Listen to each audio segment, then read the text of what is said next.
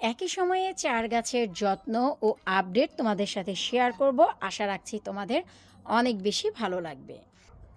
Hello everyone, আসসালামু আলাইকুম। কেমন আছো তোমরা সবাই? আলহামদুলিল্লাহ, আমি তো আছি অনেক ভালো মন্দ দুইটা মিলেই। তো যাই হোক, আজ তোমাদেরকে আমি আপডেট দিব একই সাথে 4টি গাছের। তো চলো, আমি ভিডিওটি না বাড়িয়ে সরাসরি চলে যাচ্ছি ভিডিওতে। অনেক আপু ভাইয়ারা কমেন্ট করেছে যে আপু ভিডিওগুলো একটু শর্ট করো, বেশি বড় ডিটেলসে যেও না। তো অনেক আবার আঙ্কেল আন্টিরা আমাকে বলেছে, মা তুমি ওদের কথা শুনবা না, ডিটেলসে আমাদের বলবা, আমরা তোমাদের ভিডিও, বিশেষ করে আমরা যারা বয়স্ক আছি, তোমার ভিডিওগুলো A to Z ফলো করে আমরা গার্ডেনিং করে অনেক সফলতা পাই। তো এই যে দুই দিকে টুইস্ট, আমি চিন্তা করে দেখলাম যে আমি এমন করে একটু ভিডিও করি যেন নতুনদের জন্য একটু উপকার হয় আর পুরানোরাও যেন সুন্দর করে বুঝতে পারে। তো চলো, একই সাথে আমি চারটি গাছের আপডেট দিব এবং কিছুটা যত্ন ও খাদ্য তোমাদের সাথে শেয়ার করব। সবার শুরুতে আমি একটু দেখাচ্ছি যে আমি আমার গ্যারেজের বাহিরে আমি এসেছি, যেখানে আমি সুন্দর করে, যে পাশে আমার গাড়ি থাকে সেখানে এই যে জায়গাটা, ওইখানেই আমি কিছুটা গার্ডেনিং করেছি। তো এই জায়গাটার আপডেটে আমি তোমাদের সাথে আজ শেয়ার করবো। তো চলো, কথা না বাড়িয়ে চলে যাচ্ছি সরাসরি মূল ভিডিওতে। শুরুতেই আমি দেখাচ্ছি করলা গাছ। অনেক আপু ভাইয়ারা জানতে চাচ্ছিল, আপু তোমার পায়রা করলা পায়রা করলার কি অবস্থা? তুমি অবশেষে অনেক অল্প করলা পেয়েছো, আমাদের কাছে সব দিয়ে দিয়েছো, তোমার কাছে কোনো গাছ ছিল না। জি হ্যাঁ, এটা একদমই সত্যি। আমি সব তোমাদের দিয়ে দিয়ে লাস্ট আমার কাছে যে কয়েকটা বীজ ছিল, সেই কয়েকটা বীজ হচ্ছে আমি লাগিয়েছি আমার নিজের জন্য, তোমরা সবাই জানো। তো এখানে হচ্ছে করলা গাছের আপডেট দিব। তার আগে বলছি, তোমরা যেহেতু ভিডিওটা ছোট রাখতে বলেছো, সবার আগে আমি বলে দিচ্ছি যে আমি করলা গাছ থেকে যে কাজটা করেছি, যত বড় বড় পাতা এবং যত নষ্ট হয়ে যাওয়া পাতাগুলো, যে মশা মাছি বসে যে নষ্ট করে ফেলে, সেই পাতাগুলোকে আমি ছাঁটাই বাছাই করেছি, যার পরিণতি এই হচ্ছে। তো দেখতেই পাচ্ছ, আমি বড় বড় পাতাগুলো আর যে দূষিত পাতাগুলো আছে সেগুলোকে ফেলে দিয়েছি। এই পাশে এই পর্যন্ত কোনো ম্যাজিক দ্রবণ, কীটনাশক কেনা, ঘরে বানানো কোনো কিছু ব্যবহার করিনি। এবার চিন্তা করেছি কোনো প্রকার দ্রবণ ছাড়া আমি এই পাশের ভেজাল মুক্ত একটা পুরোপুরি অর্গানিক ভেজিটেবল বানাবো ইনশাল্লাহ, আল্লাহ যদি হুকুম হয়। তো এই হচ্ছে রে ভাই করলা গাছের কাহিনী। এরপর আসছে হচ্ছে চিচিঙ্গা গাছ। এর আগে দেখেছিলাম যে আমি বেশ কিছু চিচিঙ্গা গাছ ছিল, অনেকগুলো মরে গিয়েছিল। তারপর জুন মাসের 12 তারিখে আমার হাতে বেশ কিছুটা চিচিঙ্গার বীজ আসে বাংলাদেশ থেকে। এনিওয়ে, যেই দিয়েছে এক ফ্রেন্ড এনে দিয়েছে। তো তারপর আমি কি করলাম, জুন মাসের 13 তারিখে বীজ লাগিয়ে তারপরে জুন মাসের 20 তারিখে আমি হচ্ছে এখানে আরও 4টি চিচিঙ্গার গাছ লাগিয়ে দিই। এই যে একটি, ওই পাশে একটি, আর ওই কর্নারে একটি। যার ফলে এই যে দেখতে পাচ্ছ চিচিঙ্গা গাছটা, এই যে আমি হচ্ছে গতকালকেই যার 1G কাটিং করেছি, আমি তোমাদের একটু দেখাচ্ছি, তোমাদের জন্য ইজি হবে। দাঁড়াও, এই যে দেখো, এই যে গতকালকে আমি 1G কাটিং করেছি এই সাইডে চিচিঙ্গা গাছ, প্লাস এই পাশে যে চিচিঙ্গা গাছটা, এটা এখনও বড় হয়নি, এটা একটু এখনও ছোট আছে, এই যে তাই এটার করিনি। আর এই পাশে যে চিচিঙ্গা গাছ, আমি এটারও কি বলে 1G কাটিং করে দিয়েছি। আর আগে আমার যে 5টা ছিল, তার ভিতরে 3টা মরে গিয়েছিল যে টানা 14 দিনের বৃষ্টিতে। তারপর হচ্ছে তোমার 2টি টিকে ছিল। তার ভিতরে আমার আল্লাহর রহমত, তোমরা দেখেছিলাম লাস্ট চিচিঙ্গা গাছের আপডেট আমি তোমাদের সাথে শেয়ার করেছিলাম জুন মাসের 24 তারিখে। জি হ্যাঁ, জুন মাসের 24 তারিখে এই চিচিঙ্গার সাথে সাথে আরও 10টি চিচিঙ্গা ছিল। কিন্তু জুন মাসের 26 তারিখে আমরা হচ্ছে একটি, তখন হিট ওয়েভ চলছিল ইউকেতে, আমরা একটি ঈদের প্রোগ্রামে যাই তো কিরানিকার বাসায়। তো আসার পর দেখি পানি না দেওয়ার কারণে গরমে 10টি চিচিঙ্গাই আমার শুকিয়ে লাল হয়ে একদম চুপসে গিয়েছিল। মনটা অনেক খারাপ ছিল। তারপর সেগুলো ফেলে দিয়ে আবার নতুন করে খাদ্য দেওয়া শুরু করলাম, যার ফলে এখন বর্তমানে যা অবস্থা আমি তোমাদের একটু দেখাচ্ছি। এই যে দেখো, এই হচ্ছে চিচিঙ্গা। এরপর আমি একটু তোমাদেরকে দেখাচ্ছি, দাঁড়াও, এই হচ্ছে চিচিঙ্গা। তারপর যত উপরের দিকে উঠবা, শুকুর আলহামদুলিল্লাহ, এই যে দেখো চিচিঙ্গা। ওই পাশে দেখো তোমার চিচিঙ্গা, ওইখানে দেখো চিচিঙ্গা। আবার ওই যে দেখো একটি কর্নারে, ওইখানে দেখো চিচিঙ্গা, এই যে দেখো চিচিঙ্গা। মোট কথা ওভারঅল যত দূর পর্যন্ত শাখা প্রশাখা গিয়েছে তত দূর। মাঝখানে এখানে 4-5 দিন আসতে পারি না, যার ফলে ওই যে দেখো একদম আমার গ্যারেজের যে ক্যামেরার একদম গ্যারেজের শেষ প্রান্তে কিন্তু তোমার ডগা চলে গেছে। আর সেই ডগাতেও 6টি চিচিঙ্গা আমি অনায়াসে দেখতে পাচ্ছি। সো নতুন করে আবার আমি জার্নিটা শুরু করেছি, কারণ 24 তারিখে তোমাদের সাথে আপডেট দেওয়ার পর এরপর আর দেওয়া হয়নি, সুযোগ হয়ে ওঠেনি। তো চিন্তা করলাম যে না, আজকে আপডেটটা দিয়ে দেই আর যত্নটা একটু শেয়ার করি। 24 তারিখে 10টা চিচিঙ্গা, 26 তারিখে একটা প্রোগ্রামে যাই, হিট ওয়েভে আসার পর দেখি সব ঝাঁকানাকা হয়ে গেছে। আমি তখন 4বার পানি দিতাম আর সেই দিন একবার মাত্র পানি দেওয়া হয়েছে। এনিওয়েজ, এই হচ্ছে চিচিঙ্গা গাছ। এরপর আসছে হচ্ছে এপাশের কাহিনী।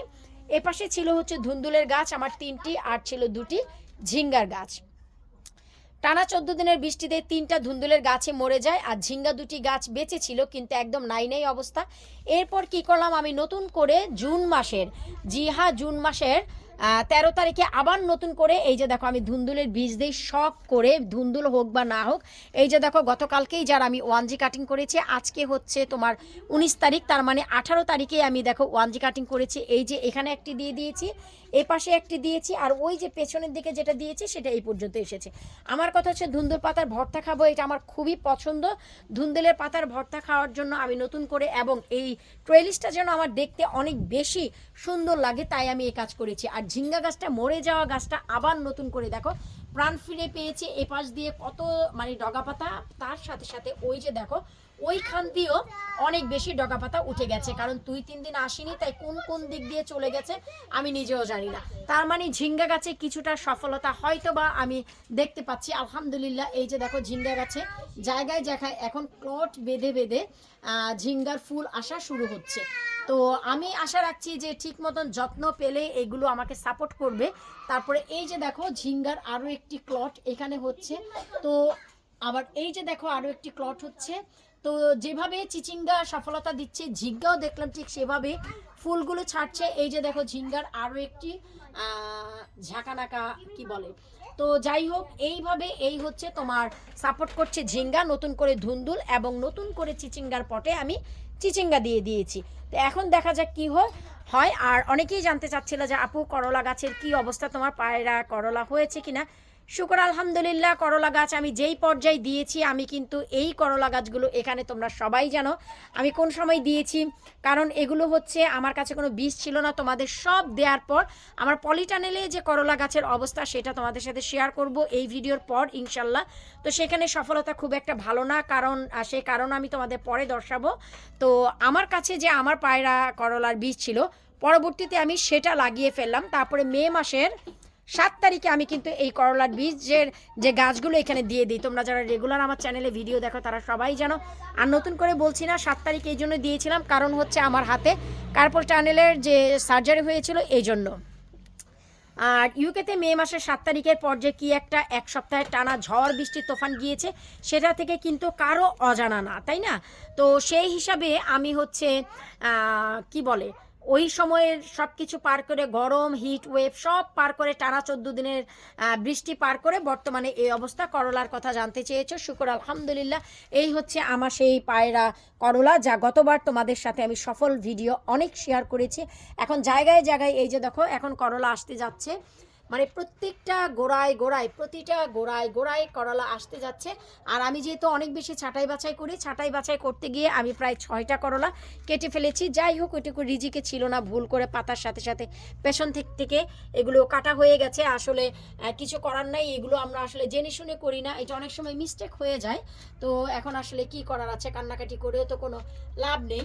তো এই হচ্ছে বর্তমানে দেখতেই পাচ্ছ যে করলা সব জায়গা দিয়ে আসছে, প্রত্যেকটা গোড়ায় গোড়ায়। তো এই হচ্ছে করলা। তো এখন এরপর আমি শুধু একটা খাবার সবগুলো পটে দেব, চলো সেটাই তোমাদের সাথে শেয়ার করি। আর এখানে যদি কোনো দ্রবণ দেয় সেটা হচ্ছে একমাত্র নিম অয়েল স্প্রে করব, এছাড়া আর কোনো কিছু না। যেহেতু মরা পাতাগুলো কেটে কেটে আমি এগুলোকে সতেজ রাখছি, তাই কোনো স্প্রে করব কিনা জানি না। এই যে দেখো, যেমন কি দেখালাম, এই যে দেখো প্রচুর করলা আমি কেটে ফেলেছি বাই মিস্টেকে, এগুলির ভিতরে রয়ে গেছে। চলো সেই একটি খাবার কি সেটাই তোমাদের সাথে শেয়ার করি। এরপর এই যে আমি একটু দেখাচ্ছি করলার পর, দেখতেই পাচ্ছ মাটি অনেক নিচের দিকে চলে গেছে, আর করলার শিকড় খুব সহসাই উপরের দিকে উঠে যায়। আমি তোমাদের একটু দেখাচ্ছি, ওই যে দেখো। তো এখন আমি এই জায়গায় যে খাবারটা দিব, চলো আমরা সেটাই তোমাদের সাথে শেয়ার করি। আশা রাখছি তোমাদের অনেক বেশি উপকারে আসবে। এখন আমি দিয়ে দিচ্ছি এই যে দেখো গোবর সার। এই পর্যায়ে অন্যান্য খাবারের কোনো দরকার নেই, আমরা শুধু গোবর সার দিয়ে দিব এই যে পুরো পটে। মাশাল্লাহ, দেখতেই পাচ্ছ পুরো পট আমি কিন্তু গোবর সার দিয়ে ভরে দিয়েছি। এরপর সামনের দিকে যে নেটটা দেখতে পাচ্ছ, এটা আমি এমনিতে একটা নেট দিয়ে রেখেছি, না হয়তো পাশের ঘরের বিড়াল এসে আমার মাটিগুলো প্রতিনিয়ত এমনভাবে খুঁড়ে টয়লেট করে, সেটা তাও মেনে নেওয়া যায়, কিন্তু শিকড়গুলো পর্যন্ত ছিঁড়ে ফেলে। কিন্তু যখন থেকে আমি নেট সামনের দিকে এভাবে দিয়ে রেখেছি, টু বি অনেস্ট, আজও পর্যন্ত কোনো দিন ওরা এই পটের মাটিগুলো খোঁড়াতে পারেনি, কারণ সামনে জায়গা নেই, ওরা কিভাবে খোঁড়াবে। তো আশা রাখবো তোমরা বুঝতেই পারছো যে আমি কিভাবে একই সাথে একই খাদ্য দিয়ে এই 4টি গাছকে প্রোটেক্ট করলাম। এর অধিক আপাতত কোনো খাবারের দরকার নেই। সবাই জানতে চাচ্ছিলা করলা গাছে যখন করলা ছিল না, আপু আমরা কি খাবার দিব, তোমাদের সাথে নিয়েই কিন্তু আমি হোমমেড পটাশ এই গাছে ব্যবহার করেছি, যার ফলে আমার এই গাছে এখন 32টি করলা, এই কয়েকটি গাছে, ছোট বড়, কারণ অনেকগুলো হচ্ছে আমি দেখাতে পারছি না, এত ছোট ছোট আসলে গোনাও যায় না। কিন্তু যখন পাতা ছাঁটাই বাছাই করতে গেলাম A to Z আগা থেকে, এই যে দেখো এখন হচ্ছে এই করলাটা চোখে পড়লো হঠাৎ করে, ওই যে আমি একটু দেখাচ্ছি, এই যে দেখো, মানে A to Z আগা থেকে মাথা পর্যন্ত করলার ছড়াছড়ি, আর 5টা তো ভাই আমি নিজেই ছিঁড়ে ফেললাম। চেষ্টা করেছি ভিডিওটা ছোট রাখার, কিন্তু যেমন কি বুঝতেই পারছো 4টি গাছের আপডেট একসাথে দিতে যাচ্ছি, তাই ছোট করা সম্ভব হলো না। আর এই জন্যই আমি বলে দিচ্ছি, অনেকেই বলে যে আপু অনেকের বাগানেই দেখি শত শত লাউ শত শত করলা আসে, বুঝতে হবে 4টি এখানে হচ্ছে 1 2 3 4 5 6টি করলা গাছ, 6টি করলা গাছে তুমি 100 করলা পাবা না। আর যারা 100টা লাউয়ের গাছ লাগায় সেখানে 200টা লাউ আসা একদমই অস্বাভাবিকের কিছু না। আমার জায়গা ছোট, 10টি লাউয়ের গাছ আছে, সেখানে যদি আমি 40টি বা 30টি লাউ পাই, শুকর আলহামদুলিল্লাহ, আমার এতে কোনো সমস্যা নেই। বরাবরই আমি বলি যে কোয়ালিটি আমার কাছে ইম্পর্টেন্ট, কোয়ান্টিটি না। তো যা আছে সেটাই নিয়ে আলহামদুলিল্লাহ। এই সাইডের একটা স্বপ্ন দেখেছিলাম অনেক আগে, মাথার উপরে ঝিঙ্গা চিচিঙ্গা ঝুলবে, যার স্বপ্ন আমি দেখতে পাচ্ছি ওই যে দেখো উপরের দিকে। তো ভাই বিদায় নিচ্ছে আজকের মতন, বাচ্চা কাচ্চা টুসটার শব্দ করছে। আল্লাহ হাফিজ।